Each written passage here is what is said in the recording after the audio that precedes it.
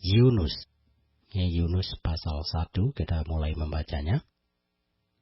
Datanglah firman Tuhan kepada Yunus bin Amittai, demikian. Bangunlah, pergilah ke Niniwe, kota yang besar itu. Berserulah terhadap mereka, karena kejahatannya telah sampai kepadaku. Tetapi Yunus bersiap untuk melarikan diri ke Tarsis, jauh dari hadapan Tuhan. Ia pergi ke Yafo dan mendapat di sana sebuah kapal yang akan berangkat ke Tarsis. Ia membayar biaya perjalanannya, lalu naik kapal itu untuk berlayar bersama-sama dengan mereka ke Tarsis, jauh dari hadapan Tuhan. Tetapi Tuhan menurunkan angin ribut ke laut. Lalu terjadilah badai besar, sehingga kapal itu hampir-hampir terpukul hancur. Awak kapal menjadi takut, masing-masing berteriak-teriak kepada Allahnya, dan mereka membuang ke dalam laut segala muatan kapal itu untuk meringankannya. Tetapi Yunus telah turun ke dalam ruang kapal yang paling bawah, dan berbaring di situ, lalu tertidur dengan nyenyak. Datanglah mahkota mendapatkannya sambil berkata, "Bagaimana mungkin engkau tidur begitu nyenyak? Bangunlah, berserulah kepada Allahmu, barangkali Allah itu akan mengindahkan kita, sehingga kita tidak binasa." Lalu berkatalah mereka satu sama lain, "Marilah kita buang undi, supaya kita mengetahui karena siapa kita ditimpa oleh malapetaka ini." Mereka membuang undi dan Yunuslah yang kena undi. Berkatalah mereka kepadanya, "Beritahukan kepada kami karena siapa kita ditimpa oleh malapetaka ini. Apa pekerjaanmu dan dari mana engkau datang? Apa negerimu dan dari bangsa manakah engkau?" Sautnya kepada mereka, "Aku seorang Ibrani. Aku takut akan Tuhan, Allah yang empunya langit, yang telah menjadikan lautan dan daratan." Orang-orang itu menjadi sangat takut. Lalu berkata kepadanya, "Apa yang telah kau perbuat?" Sebab orang-orang itu mengetahui bahwa ia melarikan diri, jauh dari hadapan Tuhan. Hal itu telah diberitahukannya kepada mereka. Bertanyalah mereka, "Akan kami apakan engkau, supaya laut menjadi reda dan tidak menyerang kami lagi, sebab laut semakin bergelora?" Sautnya kepada mereka, "Angkatlah aku, campakkanlah aku ke dalam laut, maka laut akan menjadi reda dan tidak menyerang kamu lagi, sebab aku tahu bahwa karena akulah badai besar ini menyerang kamu." Lalu berdayunglah orang-orang itu dengan sekuat tenaga untuk membawa kapal itu kembali ke darat, tetapi mereka tidak sanggup, sebab laut semakin bergelora menyerang mereka. Lalu berserulah mereka kepada Tuhan, katanya, "Ya Tuhan, janganlah kiranya Engkau biarkan kami binasa karena nyawa orang ini. Dan janganlah Engkau tanggungkan kepada kami darah orang yang tidak bersalah. Sebab Engkau, Tuhan, telah berbuat seperti yang Kau kehendaki." Kemudian mereka mengangkat Yunus, lalu mencampakkannya ke dalam laut, dan laut berhenti mengamuk. Orang-orang itu menjadi sangat takut kepada Tuhan, lalu mempersembahkan korban sembelihan bagi Tuhan, serta mengikrarkan nazar. Maka atas penentuan Tuhan, datanglah seekor ikan besar yang menelan Yunus, dan Yunus tinggal di dalam perut ikan itu 3 hari 3 malam lamanya. Yunus pasal 2. Berdoalah Yunus kepada Tuhan, Allahnya, dari dalam perut ikan itu, katanya, "Dalam kesusahanku aku berseru kepada Tuhan, dan Ia menjawab aku. Dari tengah-tengah dunia orang mati aku berteriak, dan Kau dengarkan suaraku." Telah kau lemparkan aku ke tempat yang dalam, ke pusat lautan. Lalu aku terangkum oleh arus air. Segala gelora dan gelombangmu melingkupi aku. Dan aku berkata, telah terusir aku dari hadapan matamu.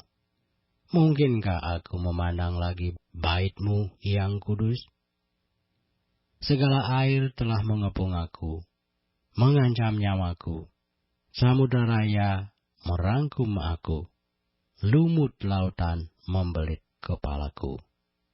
Di dasar gunung-gunung aku tenggelam ke dasar bumi. Pintunya terpalang di belakangku untuk selama-lamanya. Ketika itulah Engkau naikkan nyawaku dari dalam liang kubur. Ya Tuhan Allahku, ketika jiwaku letih lesu di dalam aku, teringatlah aku kepada Tuhan, dan sampailah doaku kepadamu. Ke dalam bait-Mu yang kudus, mereka yang berpegang teguh pada berhala kesia-siaan, merekalah yang meninggalkan dunia, yang mengasihi mereka dengan setia.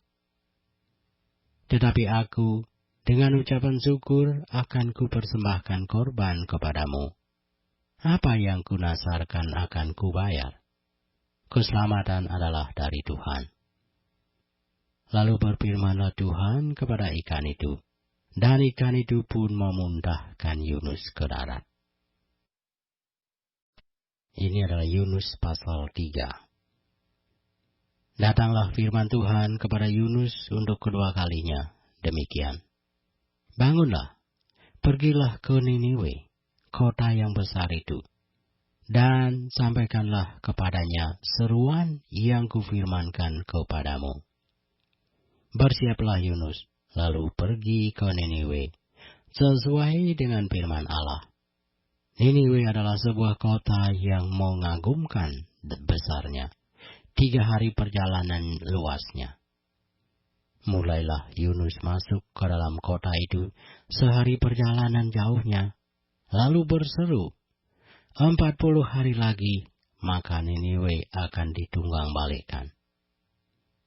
Orang Niniwe percaya kepada Allah, lalu mereka mengumumkan puasa, dan mereka, baik orang dewasa maupun anak-anak, mengenakan kain kabung. Setelah sampai kabar itu kepada raja kota Niniwe, turunlah ia dari singgasananya. Ditinggalkannya jubahnya, diselubungkannya kain kabung, lalu duduklah ia di abu. Lalu atas perintah raja dan para pembesarnya orang memaklumkan dan mengatakan di Niniwe demikian. Manusia dan ternak, lembu, sapi, dan kambing domba tidak boleh makan apa-apa. Tidak boleh makan rumput dan tidak boleh minum air. Haruslah semuanya manusia dan ternak berselubung kain kabung dan berseru dengan keras kepada Allah. Serta haruslah masing-masing berbalik dari tingkah lakunya yang jahat dan dari kekerasan yang dilakukannya. Siapa tahu mungkin Allah akan berbalik dan menyesal serta berpaling dari murkanya yang bernyala-nyala itu, sehingga kita tidak binasa. Ketika Allah melihat perbuatan mereka itu, yakni bagaimana mereka berbalik dari tingkah lakunya yang jahat, maka menyesallah Allah karena malapetaka yang telah dirancangkannya terhadap mereka, dan ia pun tidak jadi melakukannya. Yunus pasal 4, kita akan lanjutkan pembacaan kita dalam Yunus pasal 4. Tetapi hal itu sangat mengesalkan hati Yunus, lalu marahlah ia. Dan berdoalah ia kepada Tuhan, katanya, "Ya Tuhan, bukankah telah kukatakan itu ketika aku masih di negeriku? Itulah sebabnya maka aku dahulu melarikan diri ke Tarsis. Sebab aku tahu bahwa Engkaulah Allah yang pengasih dan penyayang, yang panjang sabar dan berlimpah kasih setia, serta yang menyesal karena malapetaka yang hendak didatangkannya. Jadi sekarang ya Tuhan, cabutlah kiranya nyawaku, karena lebih baik aku mati daripada hidup. Tetapi firman Tuhan, layakkah engkau marah? Yunus telah keluar meninggalkan kota itu dan tinggal di sebelah timurnya. Ia mendirikan di situ sebuah pondok, dan ia duduk di bawah naungannya, menantikan apa yang akan terjadi atas kota itu. Lalu atas penentuan Tuhan Allah, tumbuhlah sebatang pohon jarak, melampaui kepala Yunus untuk menaunginya, agar ia terhibur daripada kekesalan hatinya. Yunus sangat bersukacita karena pohon jarak itu. Tetapi keesokan harinya, ketika fajar menyingsing, atas penentuan Allah, datanglah seekor ulat yang menggerek pohon jarak itu sehingga layu. Segera sesudah matahari terbit, maka atas penentuan Allah, bertiuplah angin timur yang panas terik, sehingga sinar matahari menyakiti kepala Yunus. Lalu rebahlah ia lesu dan berharap supaya mati. Katanya, lebih baiklah aku mati daripada hidup. Tetapi berfirmanlah Allah kepada Yunus, layakkah engkau marah karena pohon jarak itu? Jawabnya, selayaknya lah aku marah sampai mati. Lalu Allah berfirman, engkau sayang kepada pohon jarak itu, yang untuknya sedikit pun engkau tidak berjerih payah, dan yang tidak engkau tumbuhkan, yang tumbuh dalam satu malam, dan binasa dalam satu malam pula.